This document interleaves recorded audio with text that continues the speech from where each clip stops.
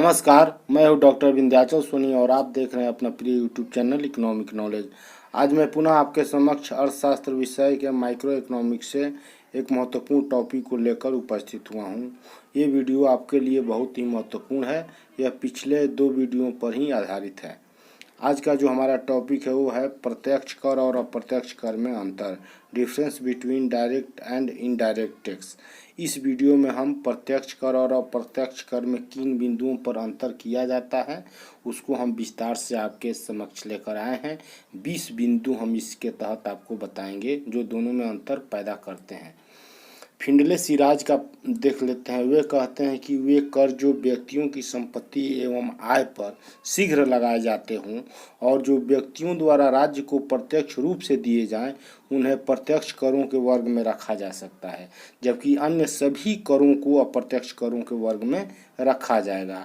आय एवं संपत्ति कर, मृत्यु कर तथा व्यक्तिगत कर, जिन्हें करदाता सरकार को प्रत्यक्ष चुकाता आता है, प्रत्यक्ष कर हैं तथा व्यवसाय पर कर, बिक्री पर कर, मनोरंजन एवं जुआ पर कर आदि अप्रत्यक्ष कर हैं।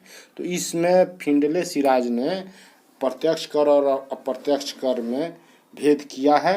उन्होंने बताया है कि संपत्ति एवं आय पर जो कर लगता है और जिसको व्यक्ति प्रत्यक्ष रूप से कर अधिकारी को भुगतान करता है वह प्रत्यक्ष कर है और अन्य सभी प्रकार के करों को इन्होंने अप्रत्यक्ष कर की श्रेणी में रखा है।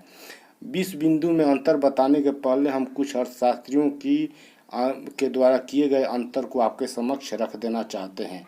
अगले में हम देखते हैं कि डाल्टन कहते हैं कि अप्रत्यक्ष कर वह है जिसका दूसरे पर परावर्तन किया जा सकता है, जबकि प्रत्यक्ष कर वह है जिसे दूसरे पर डाला या परिवर्तित नहीं किया जा सकता है।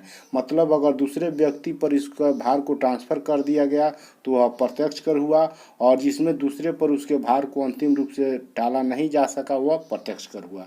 जे.एस. मिल कहते हैं कि प्रत्यक्ष कर वह है जो उसी व्यक्ति से मांगा जाता है जो उसे भुगतान करने की इच्छा या इरादा रखता है, जबकि अप्रत्यक्ष कर वह है जो एक व्यक्ति से इस आशा एवं इच्छा से मांगा जाता है कि वह दूसरे की लागत पर इसकी क्षतिपूर्ति कर लेगा, मतलब वह दूसरे से वसूल लेगा।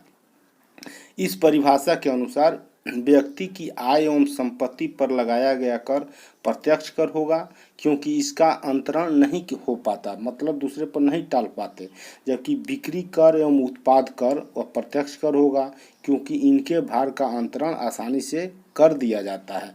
जब हम कोई वस्तु दुकानदार से खरीदते हैं, दुकानदार ने वह कर अदा कर दिया रहता है, लेकिन वह जब वस्तु हमको देता है तो उसमें कीमत कर की भी राशि जोड़कर वह हमसे ले लेता है और वसूली कर लेता है।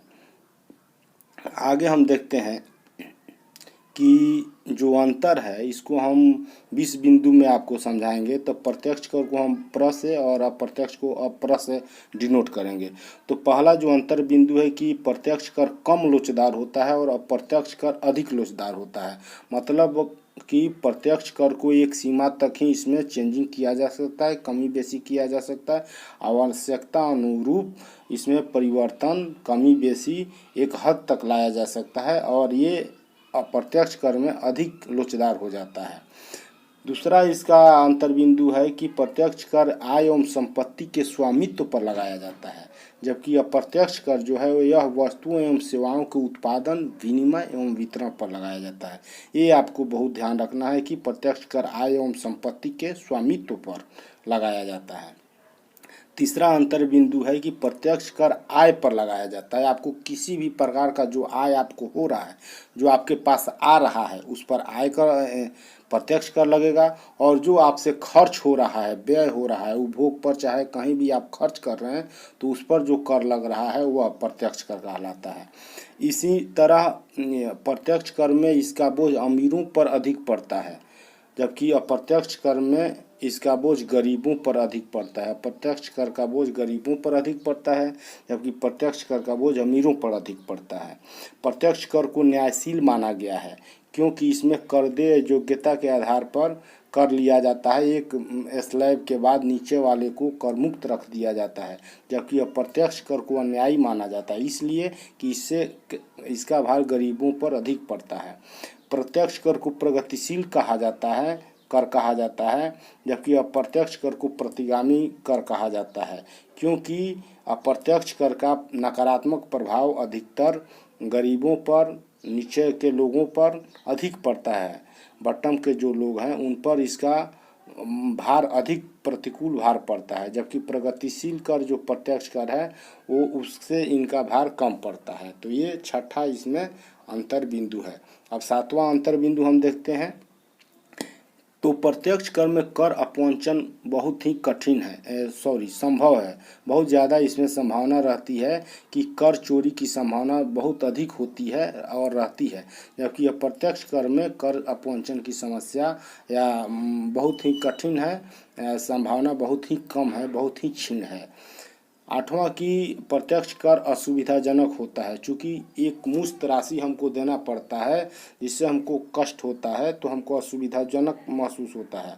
जबकि अप्रत्यक्ष कर में यह सुविधाजनक होता है। हम जो भी वस्तु या सेवा का क्रय या उपभोग करते हैं तो उसी में उसका कीमत में ही वह कर की राशि सम्मिलित होती है और हम उसको भुगतान कर देते हैं। हमको उसके लिए कहीं अन्यत्र स्थान पर जाना नहीं होता, कोई फॉर्मेलिटी हमको पूरा नहीं करना होता है। नौवां जो अंतर बिंदु है वो है कि प्रत्यक्ष कर मितव्ययी होता है। ऐसा माना जाता है कि यह मितव्ययी होता है, मतलब इस पर जो वसूली का खर्च आता है, राजस्व, प्रत्यक्ष कर से जो राजस्व प्राप्त होता है उस पर जो वसूली का खर्च होता है वह कम आता है, जबकि अप्रत्यक्ष कर पर वसूली का जो खर्च है वह अधिक आता है प्रत्यक्ष कर के बनिस्पत उसके तुलना में। 10वां अंतर बिंदु है कि इसमें निश्चितता का गुण होता है प्रत्यक्ष कर में, कि कर की राशि क्या है, दर क्या है, कितना राजस्व सरकार को प्राप्त होगा, करदाता को कितनी राशि भुगतान देना है, करना है, कब करना है, कितनी अवधि पर करना है, ये सारा चीज़ पूर्व निश्चित होता है। जबकि अप्रत्यक्ष कर में यह अनिश्चितता का गुण नहीं होता है और इसमें सारे चीज़ अनिश्चित होते हैं। प्रत्यक्ष कर करदेय क्षमता के आधार पर आधारित होता है, जबकि अप्रत्यक्ष कर में करदेय क्षमता पर यह आधारित नहीं होता है, इसीलिए गरीबों पर इसका भार अधिक पड़ता है।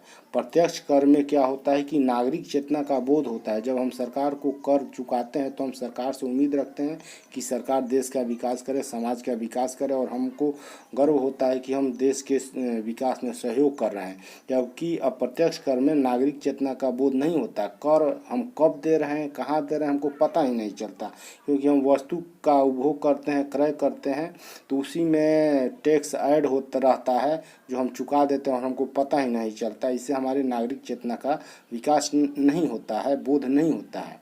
प्रत्यक्ष कर को अलोकप्रिय माना गया है, जबकि अप्रत्यक्ष कर को लोकप्रिय माना जाता है। ठीक। 14वां जो इसका अंतर बिंदु है वो है कि प्रत्यक्ष कर में जो बहुत अच्छा डिफरेंट है कि कराघात और करापात एक ही व्यक्ति पर पड़ता है, जबकि अप्रत्यक्ष कर में कराघात और करापात दोनों अलग अलग व्यक्तियों पर पड़ता है। इसको आपको पॉइंटली याद रखना है। प्रत्यक्ष कर में कराघात करापात एक व्यक्ति पर पड़ता है, जबकि अप्रत्यक्ष कर में कराघात और करापात दोनों अलग अलग व्यक्ति पर पड़ता है। प्रत्यक्ष कर में कर विवर्तन संभव नहीं है, मतलब कर को दूसरे पर टाला नहीं जा सकता है, जबकि अप्रत्यक्ष कर में लीगली रूप से, कानूनी रूप से आप इसके को दूसरे पर टाल सकते हैं, कर भार को दूसरे पर टाल सकते हैं और अपने भुगतान को दूसरे से वसूल सकते हैं। प्रत्यक्ष कर का क्षेत्र सीमित होता है, चूँकि बॉटम के लोगों को छोड़ दिया जाता है, गरीब लोगों को छोड़ दिया जाता है, एक स्लैब के नीचे के लोगों को छोड़कर ऊपर के लोगों से ही कर राशि ली जाती है, इसीलिए इसका क्षेत्र सीमित होता है। जबकि अप्रत्यक्ष कर देश का प्रत्येक नागरिक चुकाता है। अगर वो सामान गरीब, अमीर, फकीर कोई भी उसका यूज कर रहा है तो उसको उसमें जो ऐड राशि है वो देना ही पड़ता है, तो इसीलिए इसका क्षेत्र विस्तृत हो जाता है। प्रत्यक्ष कर का भार महसूस होता है, जब हम चुकाते हैं एक मुश्त हमको महसूस होता है, लेकिन अप्रत्यक्ष कर का भार महसूस नहीं होता क्योंकि ये वस्तुओं में ऐड होता है। 18वां जो अंतर बिंदु है वो है कि इसमें सरकार से करदाता का प्रत्यक्ष संबंध होता है, इसीलिए इसको प्रत्यक्ष कर कहा गया है। इसमें करदाता और कर अधिकारी के बीच में प्रत्यक्ष संबंध होता है, जबकि अप्रत्यक्ष कर में ये संबंध नहीं होता है, उन दोनों के बीच में अप्रत्यक्ष संबंध होता है। हम सरकार को डायरेक्ट अप्रत्यक्ष कर में पेमेंट नहीं करते हैं। प्रत्यक्ष कर जो होता है यह बहुत ही जटिल होती है, कर प्रणाली, क्योंकि इसमें फॉर्मेलिटीज़ बहुत होती हैं। हमको एक निश्चित समय पर निश्चित तरह का फॉर्म भरना होता है, टैक्स अधिकारी का हमको सामना करना पड़ता है, कुछ गलती हो तो हम पर नोटिस आती रहती है। तो ये थोड़ा जटिल प्रक्रिया है आम लोगों के लिए, जबकि अप्रत्यक्ष कर बहुत ही सरल प्रक्रिया है, क्योंकि हम वस्तु खरीदे और उसी में ऐड है और हम उसको चुकता कर दिए, तो हमको आसानी हो जाता है, हमको पता भी नहीं चलता, हमको कहीं जाना भी नहीं पड़ता, कोई अलग से प्रयास नहीं करना पड़ता है। 20वां जो अंतिम अंतर बिंदु है यह कि यह जो प्रत्यक्ष कर कष्टकारी होता है और अप्रत्यक्ष कर कष्टकारी नहीं होता।